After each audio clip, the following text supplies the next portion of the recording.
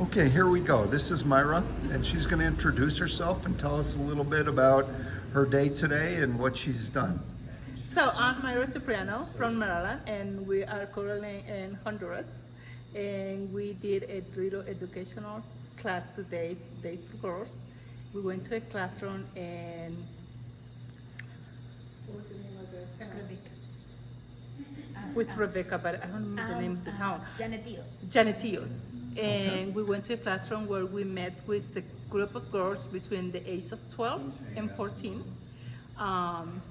They were. And what exactly is this program designed to do? It's an educational class for the girls who are going through the change between puberty and they're getting their periods for the first time. And we talk about the importance of hygiene and safe sex and being clean and all of that stuff.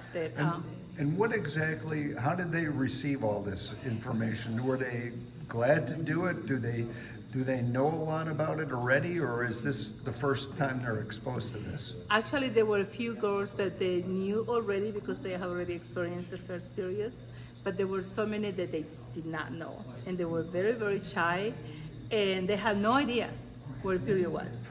And doing it in Spanish, I told them in many different ways that we know what a period is, or how we call it in our own language. And they didn't know.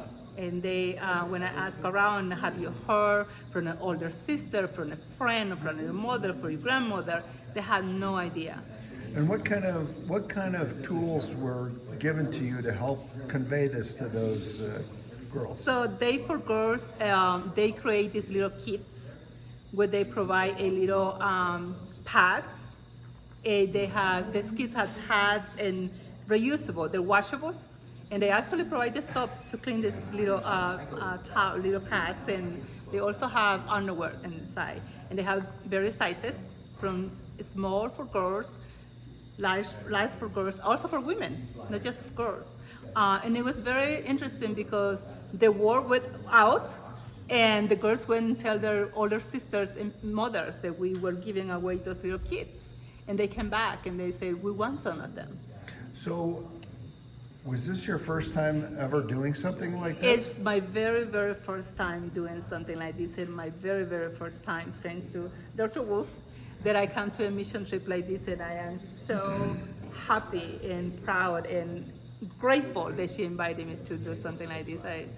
I hope this is the first one of many more. So how do you think you did? Were you really nervous about this? Were you pretty shy about coming on a trip, or? I was at the beginning. I was pretty shy. I did the educational class that they sent. They sent a little video with a link and how to talk to these girls. And I was like, what am I going to be doing? I don't know. I never done something like this. I mean, I only have one daughter. I only spoke to one child so far about this. But I think I did pretty okay. Once I saw the girls and I saw their ages and how shy they were, it was very, very sweet. So is anything done to educate the boys, the males? Not in this town. Okay. Yes, there is a class and we can actually do it, but it was a suggestion not to do it in this town because they're very, very conservative. Okay. So we want to respect their culture and their beliefs, and we're not doing it in this town. Okay. Yeah. Very good.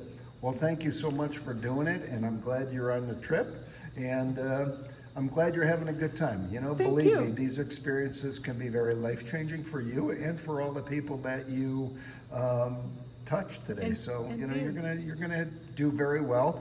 As you can tell, people who have no experience in this whatsoever come on these trips and change people's lives, and that's what people can do with this. So it's great that you came, and hopefully you have many more experiences like this today.